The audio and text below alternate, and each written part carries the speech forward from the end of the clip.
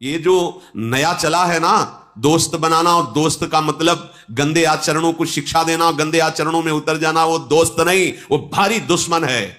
मित्र उसे कहते हैं जो कुपथ निवार सुपंथ चलावा, जो कुमार्ग से हटाकर सतमार्ग में पहुंचाए, उसे मित्र नहीं कहते। जो धर्म भ्रष्ट कर दे, जो हमारी आदतों को गंदी कर दे, जो हमारे साथ खिलवाड़ करके हमारे जीवन को बर्बाद कर दे, उसे मित्र कहते हैं। वो दुश्मन है, केवल मित्र का बाना पहनकर हमारा सर्वनाश कर रहा है। हम अपने माता पिता, धर्म, सतमार्ग सबका त्याग करके ऐसे दुश्मन जो हमारे जीवन को नष्ट कर, उनको हम कहते हैं फ्रेंड, कहते हैं ये फ्रेंड है। बिल्कुल सावधान हो जाइए। ये मनोरंजन नहीं है भैया, जहां मन आया, जैसे मन आया वैसे हम बेविचार कर रहे हैं, वैसे हम, वो दुर्गति होगी कि भोग नहीं पाओगे, चाहे कोई भी हो। ध्यान रखना, एक एक कर्म वो बिल्कुल तैयार, ताजा, स्वस्थ होकर बैठा हुआ है। समय आने दो, आपको जब भोग मिलेगा उसका, तब आपको समझ में आ जाएगा। हाथ जोड़कर सबसे प्रार्थना है, अगर आपका ब्याह हो गया तो जिससे पाणी ग्रहण किया धर्म पूर्वक, नहीं है तो जीवन भगवान के चरणों में अर्पित करके इंद्रियों का संयमन करो। ये व्यभिचार प्रवृत्ति, ये गंदी आदत सर्वनाश कर देगी, तुम्हें कभी सुख नहीं मिलेगा। और एक खास बात, जब आप धर्म से विषय सेवन करोगे तो आपको उससे वैराग्य हो जाएगा। देख लेना, बात लिख लेना, क्योंकि उसमें सुख नहीं है। जहां धर्म पूर्वक आप थोड़ा समय व्यतीत किए तो आपको लगेगा कि मन कहेगा दूसरे की कोई रास्ता नहीं, वो वैराग्य को प्राप्त हो जाएगा।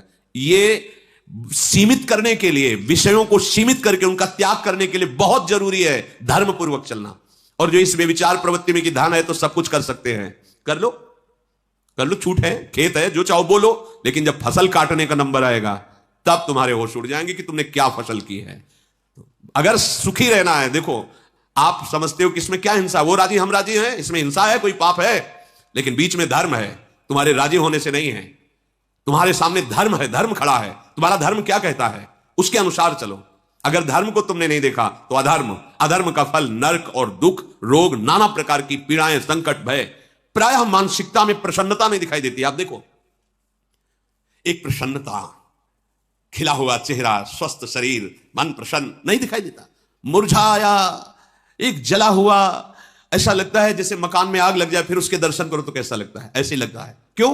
क्योंकि आप मनोरंजन में इतने नीचे उतर चुके कि अपने धर्म का नाश कर दिया, सुकृत का नाश कर दिया, पवित्रता का नाश कर दिया। अब आपका जीवन केवल मृत जीवन है। मृत जीवन, जीते हुए भी मरे हो। जिन हरि भगत हृदय नहीं आनी, जीवित सब समानते प्राणी।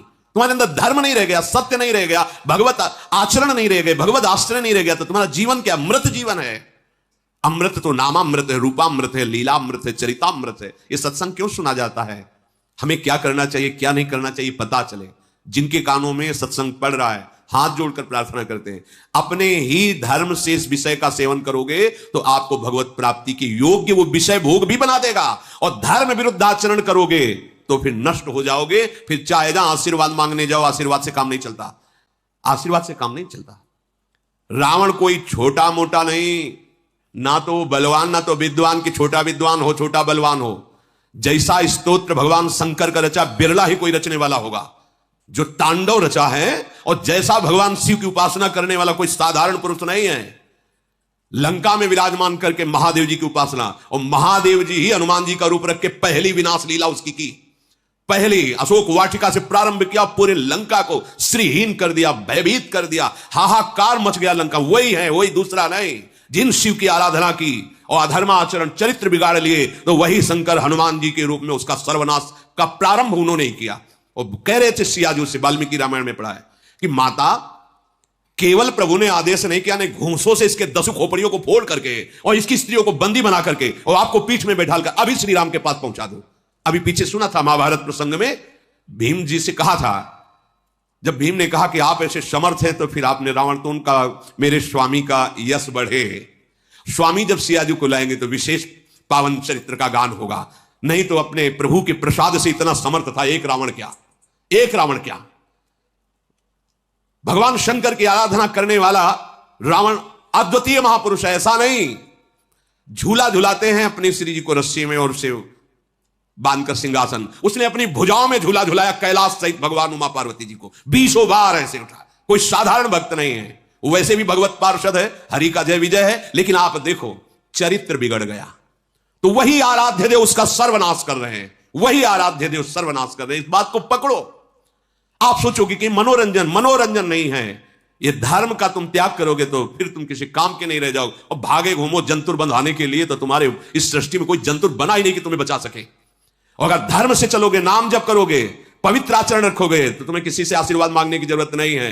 हर ऋषि महात्मा का आशीर्वाद आपको घेर लेगा, जाके जहां भी होगे वहीं आपको सपोर्ट करेगा। आप समझो, जैसे माता से आशीर्वाद मांगने की जरूरत नहीं होती, उसका हृदय बरसता रहता है अपने पुत्र पर, ऐसे भगवत प्रेमी महात्माओं का हृदय बरसता रहता है। सर्वे भवन्तु सुखिना सर्वे सन्तु निरामया सर्वे भद्राणि पश्यन्तु मां कश्चित् दुख भाग भवेत्। पूरी सृष्टि में किसी को दुख ना हो, ऐसा महात्माओं का हृदय होता है।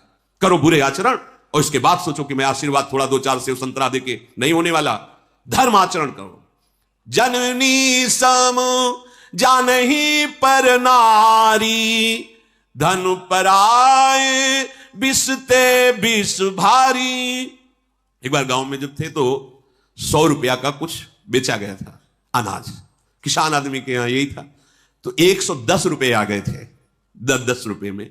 जब वहां घर में बोले 110, खड़े तुरंत जाके उसको वापस करो। वापस करोगे तभी वापस करो, जाके चल के जाके पूरे दिखा के कि 100 ये 10 एक्स्ट्रा आप वापस। क्या पवित्रता, कितनी पवित्रता कि ऐसे पीछे समय में, आज के 40-45 वर्ष पीछे समय में, जब अनाज बेच करके 100 रुपए का अनाज ढेर सारा बिकता था, उस समय 10 रुपया मिलना मतलब काफी लाभ की बात है। उसने तो दे दिया, ले आए। धन पराए बिसते बिस, वापस करो जाके, 10 ज्यादा आ गए। जाओ उनको बोलो, जाके दिखाओ जाकर के कि ये देखो 100 है और 10 आपने ज्यादा दिए, वापस करके आओ। आज हम धन चाहिए, क्या करेगा? सर्वनाश करेगा, वही तुम्हारी हानि कर देगा। ये धर्मात्मा जन पागल थोड़ी थे कि वापस करो, नहीं। क्यों? वो आएगा तो बुद्धि भ्रष्ट करेगा, कहीं ना कहीं हानि पैदा कर देगा। तब संतानें प्रकट होती, धर्मात्मा, महात्मा, देशभक्त, ज्ञान विज्ञान संपन्न। अब छोटे से बच्चे हैं, मोबाइल है, सर्च कर रहे हैं, देख रहे हैं। जो बड़ों को ज्ञान नहीं था उस अवस्था में, अब छोटे बच्चों को सब ज्ञान हो गया है। बड़ा बड़ा भयावह समय आ रहा है। ये मोबाइल ऐसा नाश कर रहा है नई पीढ़ी को, कैसे तुम्हें बताएं। यदि इसमें सद्गुण भी दिया है तो दुर्गुण भी महाभरा हुआ है। सद्गुण आप कहीं भी इसमें बैठकर भगवत चर्चा सुन सकते हैं, किसी भी महात्मा की परम मनोहर वाणी, सत्यवाणी, प्रिय वाणी, हितकारी वाणी सुन सकते हैं, कोई भी आप भगवत लीला चरित्रों का। लेकिन उसका जो विपक्ष है बहुत जोरदार है। एकांत में नवयुवक कोई बिरला ही सत्संग सुनेगा, नहीं तो वही कुमार्गगामी बातें। घर बैठे देख लो संसार के चरित्र, फिर उनका मनन होगा, चिंतन होगा, फिर वही क्रिया में उतरेगा तो राक्षसी भाव आ जाता है। सावधान, सबसे प्रार्थना है इसको मनोरंजन न समझा जाए। बेविचार प्रवृत्ति समस्त सुकृतों का नाश करके दुर्गति प्रदान करती है। एक सीमा में इसको रखा गया है, अगर सीमा से आप बाहर हटे तो सुकृतों का नाश हो जाएगा।